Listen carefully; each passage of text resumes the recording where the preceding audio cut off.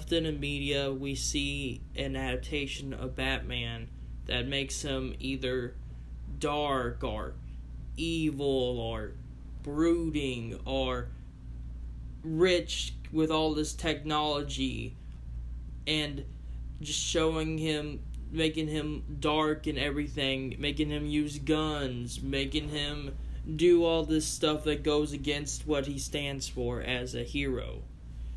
And while I do like some of these stories, I want to say this. The story that we'll be focusing on today is a story that I think really shows Batman. Not just Batman as a character, but Bruce Wayne as well. This is a story that is a really good one, made by Paul Dini, and art drawn by the famous Alex Ross. And yeah, this story is a really good one. And this one that we'll be focusing on today is a very simple title: Batman War on Crime. So without further ado, let's begin. Now, I want you all to keep in mind when we are reading this story is that this story is not going to have Batman have a Batmobile or have a utility belt where he can pull out this or this whenever he's in this situation. No, the thing that makes this story interesting is that he has just your usual maybe batarangs and smoke bombs, but for the most part that's really it. It's a story where he doesn't have any technology and we see him as a hero, but this story focuses more on what Batman does at night, and just he doesn't have all this technology with him when he goes to fight crime. So without further ado, let's now actually begin. So our story begins with Batman questioning stuff about his life, and one of the things that really fits well is that he says, to most people he's just an urban myth, an urban legend. And this is the best thing about the book as well, is that the way they portray Batman is that he just is at night and he just crawls around at night and he relies on fear. Because without that fear, he would, if people did not fear him, they could easily kill him, or they could figure out ways to kill him or do something. But he relies on fear, because if they're scared of him, they won't do anything about it. Because if they're scared, then they can't do anything. And that's the thing about this story as well, is that it shows Batman and his, he doesn't have batarangs, or he doesn't have this Batmobile, or all these gadgets and stuff. It's about the character and what he does, and he's just a person at night that crawls, a hero that crawls around at night and tries to help people and tries to save people and stop crime. And that's the thing about this Batman, and as well as what Batman is as a character, and him trying to make people afraid of him. And that's one of the best things about the character. And the thing is, this story doesn't make him a god or whatever nowadays DC Comics does, and back then. This story is a very simple, just a man in a costume who tries to help people. And that's one of my favorite parts about the story, as well as that this story is not going to be any big villains or big roles like the Joker or Penguin or anybody like that. This story is a street crime story, and I want more stories like this. And I really love the artwork, but I really love the storytelling. Another thing I like about the story is that he says that he just does not just always fight crime as Batman, but he also fights crime as Bruce Wayne.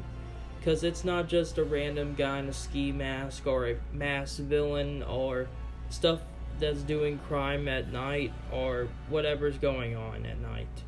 We see him at daytime and sometimes maybe at night just being Bruce Wayne and helping the people and stopping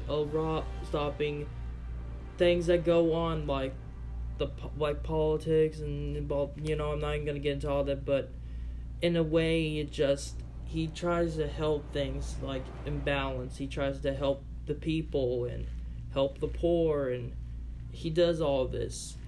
Heck, he even donates to kids and families and everything. And one of the best parts about the story as well is that he starts to question what if all the stuff I do, the things I do to help people, happened because of that one night my parents died. And that night his parents died, he questions what would his life would have been like if his parents did not die. What person would he turn out to be if his parents lived on? And this becomes one of the characters in the story that shows us what Bruce Wayne would have become if he did not become Batman, or if his parents did not die. This character is a bright example of what would have happened. So then we see him at the business place, and we see him talking to a businessman named Randall, who's a billionaire like Bruce Wayne. But there's a difference between Bruce Wayne and Randall. Randall is a person who is just a billionaire, just doing stuff that doesn't help anybody. He's just doing this for his own personality and his own game. He doesn't care about people at all or nobody. He just cares about himself and billionaires and millionaires. That's all he cares about. He doesn't care because they're going to build some kind of like cruise casino or something like that's made for rich people. But here's the thing, is that there's poor people living there at the moment that don't get a home and nothing, and they're trying to live life. And basically Randall just doesn't give a fuck. He just doesn't care. He just doesn't. He really doesn't. All he cares about is himself and billionaires, or he doesn't care about anybody. He doesn't care. He really doesn't. He just will build this place and he'll just run off the poor people, and that's just messed up. And Bruce Wayne already hates this guy. He already hates what this man is doing, because he just does not respect a man that just does that. And this also makes him kind of now. So we just see him go back to being Batman, and he goes into the shop. Yeah, he goes into a shop, and he sees the people from yesterday and they get murdered. He sees a kid named Marcus and sad, and he starts to see him sad, and then he takes him into the police. But little do we know is that he starts to actually see a reflection between a younger Bruce Wayne, and he starts to see a reflection between him and Marcus, seeing him go through the same thing he went. And then here comes the interesting part, like one of the really good parts. There's just so many good parts to this short story that's just amazing. And it's that Randall could have been, basically, it's Bruce Wayne thinking, what could his life have been like? And these two characters are what it represent what Bruce Wayne could have been. You have Randall here, who, if Bruce Wayne's parents did not die that night in the alley, he could have become Randall, this businessman who just doesn't care about anybody and will build anything and just doesn't care about the people at all, and is just a jerk in general. And then you have Marcus here, who is basically going through the same, well, not the same thing, but they have a thing in common, that they basically have lost their parents. He's going through somewhat the same thing Bruce went. He saw his parents die in the dumbest way, just in the worst way as possible. He had to go to the police station. But the thing is that's different between Bruce Wayne and Marcus here is Bruce Wayne had people that helped him, like Alfred, who kept him, and there was people in his life that helped him and stuff, but Marcus just has nobody. He has nobody with him. He doesn't have any family members after that. We don't really see anybody help him. We don't see anybody besides the police station take him in. There's nobody that takes him in or anything. He just is by himself, and that's a very sad thing about Marcus here.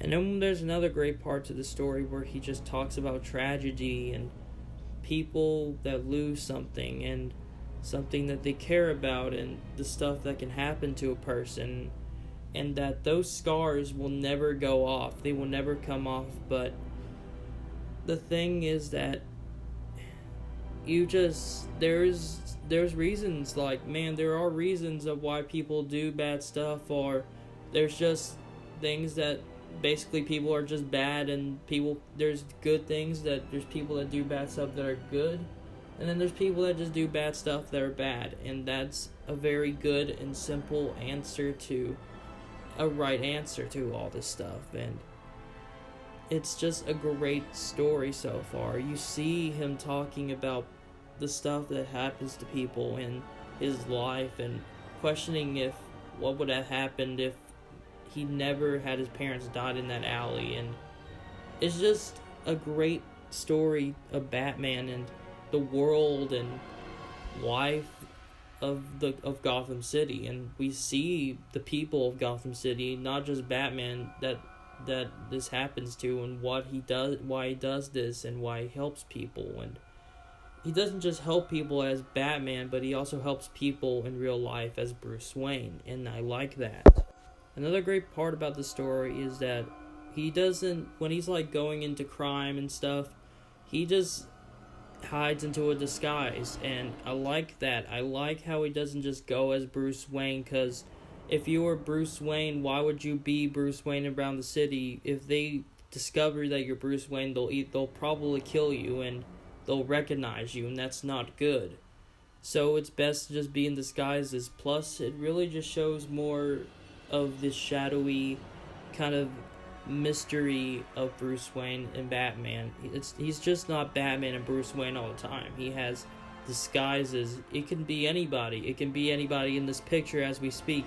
It could not even be the old man, even though it is the old man. It could be anybody in this picture. It can't just be the old man. He can disguise in anybody, and that's a really cool mystery part about his character as well, and just a really good element to the storyline. And then we see Batman on the computer, and, well, he's just there looking, and Alfred's there. So yeah, Alfred is in the comic. And we see, because Randall here is not going to give up, and he's going to be doing a lot of this crime stuff, so Batman just has no other choice to just go against his crime. So hence on the title, because they're going to have a lot of crime in the city of Troy, or Detroit, or I think it was Detroit. Yeah, it's based on Detroit. And we see, because nobody is really going to go to this town if that's the case, so he basically is like, you know what, let's make this town a neighborhood and like a home people can go to. Basically, he's going to be going out this night and stopping crime, and hence the name War on Crime. This is the basic story, is he's trying to help everybody make this city a great place to live and everyone to be safe. So he goes into this,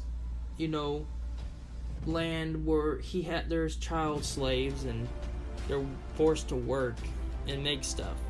So then, basically selling drugs and stuff, and Batman then goes and kicks the door and is beating the criminals, and everyone's like looking. And then when he's beating the criminals up, we see the same kid, and Marcus is there. He pulls the gun, holds it.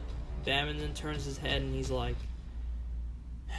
which comes to one of my favorite moments in a Batman comic.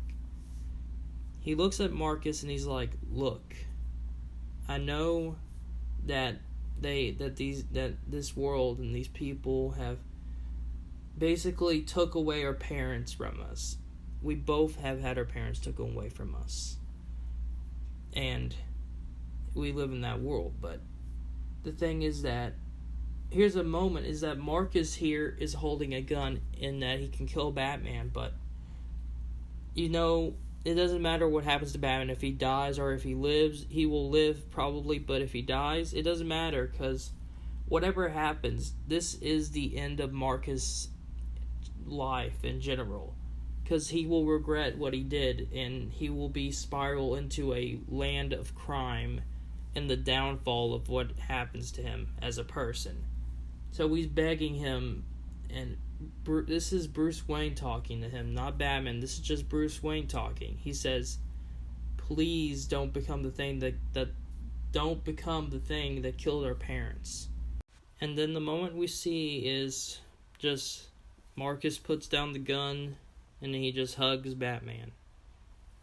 And after this, we see Marcus has been saved, which then it inspires Bruce to just try and save everyone else. And basically he is building the place, and he's basically, all that stuff. And we then cut to Randall, who has built his place, but since he did crime and stuff while Bruce Wayne is walking away, we see the Gotham police station walk in. Which then leads to one of the best moments and one of the best endings to this comic. Is that Batman is now knowing that Marcus is now saved, but he's wondering that, is there a person? He's just he's waiting for that day where a person that comes up to him like he did with Marcus. He's waiting for his Superman. He's waiting for a person to go up to him and tell him everything's going to be all right. Everything's going to be all right in life. And he's waiting for that person to help him and be there for him. But until then, he's alone by himself. And that's how it ends. That's how the story ends. So my thoughts on Batman War on Crime is that this story is now in probably my top 3 favorite Batman stories. I really enjoyed this story just as well as from the art to just the way the storytelling is, to the way they portray Batman, to the characters, to the story overall, and the way it shows Batman's character in its greatest and fullest. And the thing is that I like it, that I forgot to mention in the beginning of this video, I love Alex Ross' art. I really love his artwork. It just, when you look at it, and even though you've never grew up with that like I did, you feel nostalgic. You feel nostalgic from this era of comics, and whenever you think about, when you see that artwork, you think that these are real superheroes. These are the real ones. These are the superheroes that don't have any bad thing about them. They have some bad stuff, but for the most part, they're great heroes. They help people. They know the difference between right and wrong. And I love the artwork.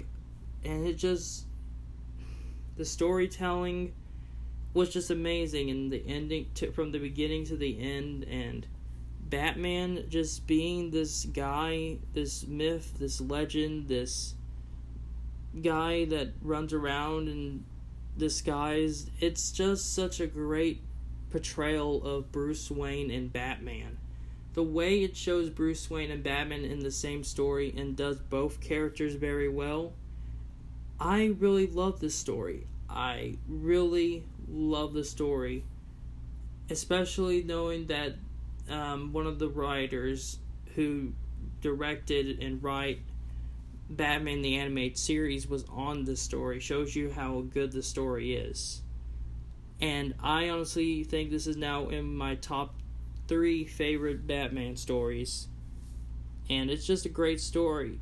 Now, sadly, it is criminally underrated, and it's criminal that this comic has not been reprinted or re-released at all. So, either you can try and find it online, or you could buy it or go on eBay or whatever you can go and find this comic on. I'm just going to say read the comic. You find your source to read this comic. And it's just been out of print. and there's no way to really read it. You can go on DC Universe, but that would go for a subscription. So yeah, hopefully they'll reprint the storyline. But for now, that is my thoughts on this story, and I enjoyed this. It's just such a really great Batman story, and thank y'all for watching from the beginning to the end. And I'll give a bit of shout outs to people, to Devilman the Hero, and to Spider-Man Noir, which is my friend Ryan, who he's okay with me using his name online. So let's make that clear. I do not try and use people's name online for if they don't like that.